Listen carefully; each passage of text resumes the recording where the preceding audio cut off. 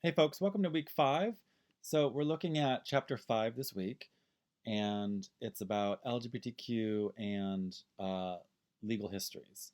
So the discussion, the reading questions this week really ask you to look at this chapter. It's about 20 pages, and really start um, explaining or describing some of this legal history and its effects on the LGBTQ community in your own words, okay? And I'm also asking you to apply some of this legal history. So, for example, in question 2, what is the history of same sex marriage in Washington state, and how does that compare to um, federal gay marriage policy a few years later, right? So we have we were in a really interesting position in Washington State. We enacted gay marriage legally before it happened at the federal level through the Supreme Court. I lived through this.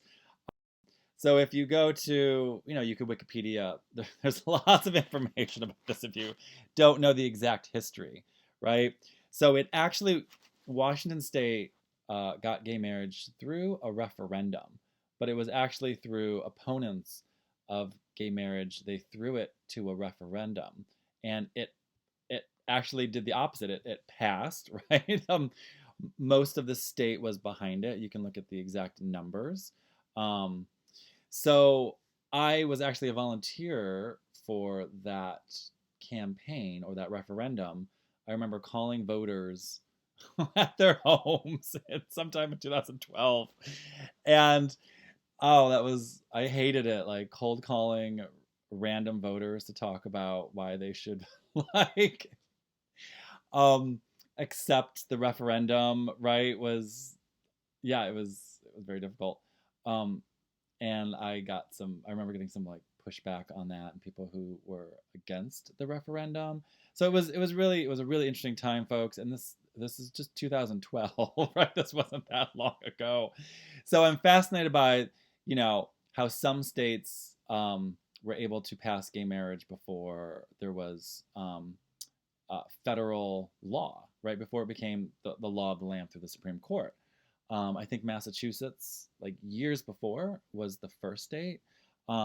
So yeah, our textbook talks a lot about this history this week of, um, you know, the law, the criminal justice system, legal history, and being LGBTQ. Um, so right, you have that history. And then you have some few other questions about some of these other sort of landmark um, court decisions or legal history that affected the LGBTQ community. So take a look at those questions, right? There's only 5 questions this week. Spend about a page on them. Um, our other main task this week is I'm really excited about this one. Every week we have the reading discussion questions, which are just about the readings, and also trying to apply some of those, and sort of a more fun project-based um, project-based project where I ask you to like create something or connect ideas or go outside the readings or think outside the box or apply and evaluate this information that we're receiving, right? So this week is no different. I'm asking you to do a media analysis of a current LGBTQ and legal rights issue. Okay? So I give you some examples here in the assignment. And let me just show you just a real obvious, some other examples.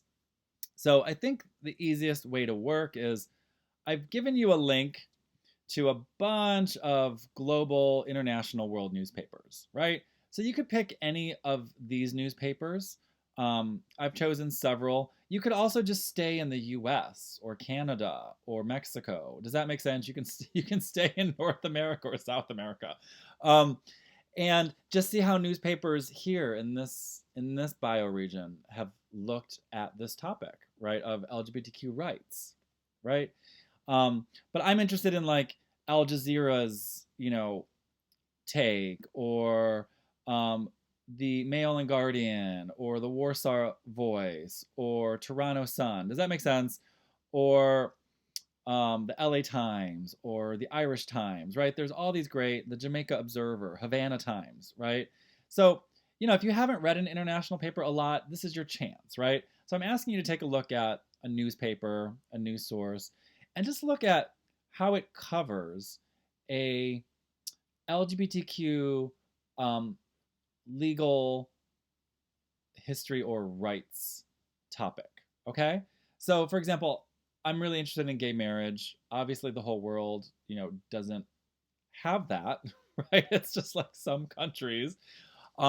So I'm that is still sort of like an active LGBTQ and legal rights issue, right? So I want to sort of see how other countries talk about this or follow it or discuss it, right? So that's what I mean by the media analysis. So find a newspaper or a news source and see, just analyze and evaluate how it's right describing this topic, right?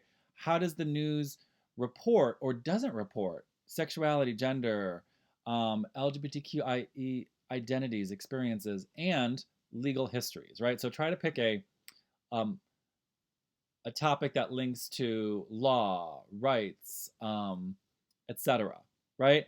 And that's the main task for this week. So, for example, I was looking through the Irish Times.